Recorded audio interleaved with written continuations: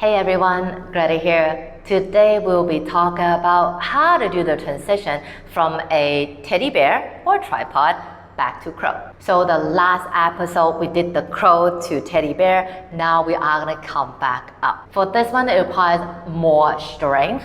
But to a lot of people it's less intimidating because your head is already on the floor, you're just lifting your head up. If anything happens, your butt will just sit on the mat, so it's much safer than crash landing. Having said that, we don't want the crash land to happen, nor do we want to have the butt landing on the floor. So before we do anything, we need to do the warm-up. Last episode we did the pike push-up on tabletop version, down. Now we are going to come back up. Come back up is harder than going into the floor. So again, we'll be doing it on our tabletop. Okay, so by now you should be a pro in how to get into or to lower the head down. So I'm not going to go into details for that. Rather, I'll spend more time working on the details to how to come back up. Okay, so from here, okay, lean, bend, down. From here, feel the triceps really functioning, working, pushing hard, elbows hugging in, broadening the upper back, chest muscles engaging, and then boom, you come back up. Okay. So there's a lot coming from your triceps, okay, a lot coming from the spreading of the upper back, engaging of the chest muscles, and that's it. So doing it from another angle. Okay, you just lean forward, then keeping the upper back spread, shoulders away from the ears, you come down. When you come down, don't sink. Feel the triceps pressing, pushing the floor away, elbows hugging in, hauling the chest, hauling the belly, you push back up. In the last episode, I mentioned that when you come down, it's very easy to collapse in the upper back and pulling the shoulders into the ears. When you come back up, it's even more tempting to do that. So bear in mind, you don't want that to happen because again, if you collapse in the upper back, if you pull the shoulders into the ears, there's absolutely no way you can lift back up to crow from a tripod. So I suggest you to spend a few moments working on that, film yourself to do it. I know, especially when you cannot see yourself, you think you are working the right way, but actually you might not. Okay, so let's get into business. We are going to do the transition.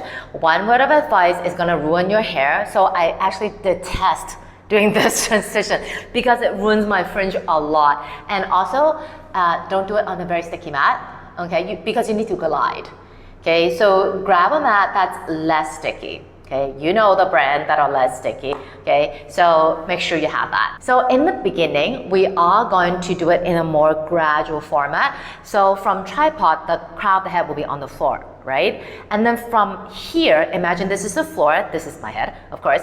You want to feel from the crown of the head, you want to glide onto your forehead and then you lift up. So it's more of a gradual shift rather than from down to up like that. Because if you just go from point A to point B without any gradual shift or gradual change, the hips will pull you down immediately. And so just have a gradual shift would give you more time for the body to get used to what it needs to do. Let's do it. Yeah, I'm not very excited. Okay, so we'll start from teddy bear. Of course, you can do whatever that you want in your tripod, but teddy bear for me. From here, what you want to do is you want to drop the butt down. So as you can see from teddy bear, my hips are quite high. Drop butt. And then let the knees flare out a little bit and then slowly slide onto your forehead, feeling the triceps working for you, and then you lift your head up. So that was the transition. As you can see, my knees would need to turn out a little bit for my hips to sink. So this is more like a more easier to understand version.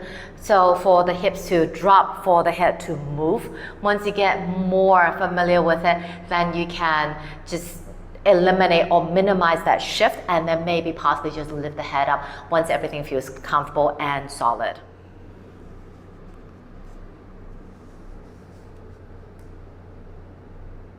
One very important element to note is from teddy bear, you need to lower the hips down and not just the legs. So I'm just gonna quickly demo in teddy bear. So from teddy bear, you want to sink the feet and the hips and not just the feet down. Okay, because when you're not familiar with this movement, a lot of times you just kind of move the feet down without moving the hips. So as you can see, my hips are very, very high. Then there's no way for me to lift. When I lift, I would actually fall back. Okay, so remind yourself, is the hips that need to go down? Okay, hips and legs, not just the legs and not just the feet. So that's it. I'm not gonna do it anymore. I don't like it. It ruins my hair. So I mean, it's better now because it's a fringe. Before, my head would be like, I would have like an all back ponytail, and it's just gonna ruin my hair like crazy. So yeah, and take a little while to get used to it. And don't forget that when you are lifting forward, okay, it's not just the gaze that you want to shift forward, but also the chest wants to shift forward. Because teddy bear, you are more in a straight line variation, a straight line element, whereas when you're in crow, the chest is far more forward. So you do need to feel the entire body, the chest included, not just the eyes, shifting towards the front of the mat for you to have that balance. And also suck the belly in like crazy so that the hips will not drop down.